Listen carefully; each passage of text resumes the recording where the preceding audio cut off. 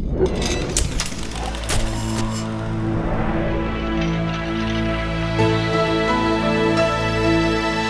back to APP 2015. I'm talking to Professor Charlie Benrimoj, Head of the Graduate School of Pharmacy at University of Technology, Sydney. At your talk today, Professor Benrimoj, you mentioned that pharmacy is currently facing a number of economic stresses. What are these main stresses? Look, I mean, the main stress is accelerated price reductions, and that's really a strategy by the government to reduce the cost of the drugs and to reduce all the discounts that used to go into pharmacy. So that's the major one. The second one really is increased competition in the marketplace, mainly by the appearance of the discounters.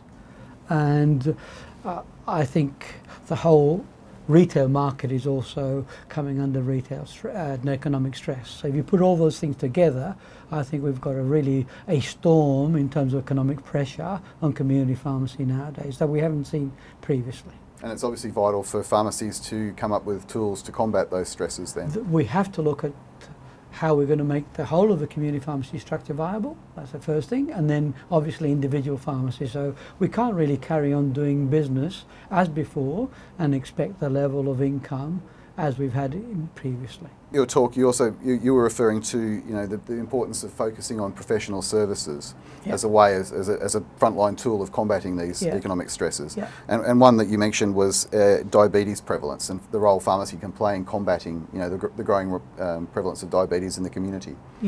So what sort of tools do they need to look at there? There's a whole range of tools. One, very simple, by increasing the information that these patients have about their disease state management, right through to home medication reviews and diabetes med checks.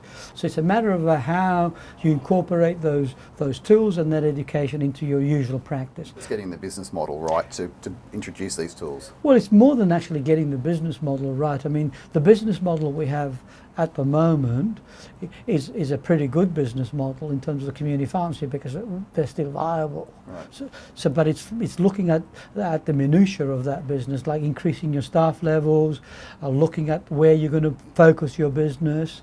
I mean, chronic medications or chronic patients like diabetes patients, need your clinical support, and at the same time, that actually is a really good business opportunity. So what sort of tools are available at the moment then for pharmacists to access? Companies like Roche also have training programs. They also have 3-day monitoring, structured blood glucose monitoring cards that you can actually give to patients. I mean, you've got really at a higher level of sophisticated programs, computer programs that you can use. So it's not about creating new tools, it's about using existing tools and incorporating them into your daily practice.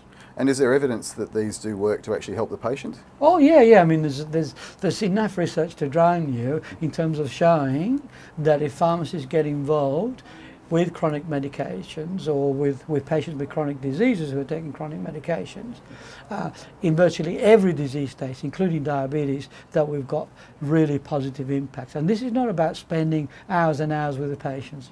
Brief, complex interventions with these patients and engaging these patients have been shown to be really effective in improving clinical outcomes with the patients. And what sort of strategies are there to help pharmacists implement these sort of programs? The staffing issue is really important. The other key element is to try and develop collaborations with general medical practitioners.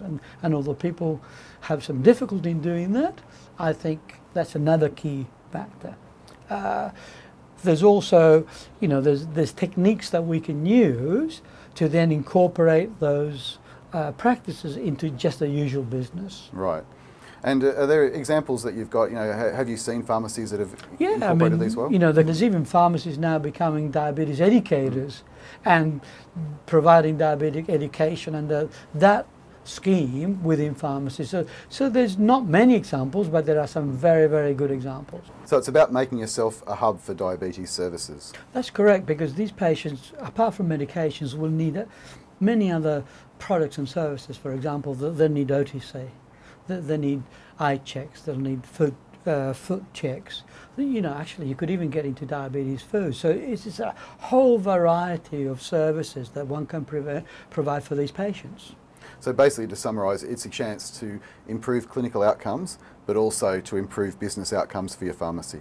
Exactly. It's an excellent opportunity that community pharmacy can provide the public, and specifically these types of patients, and improve their health and at the same time improve community pharmacy business.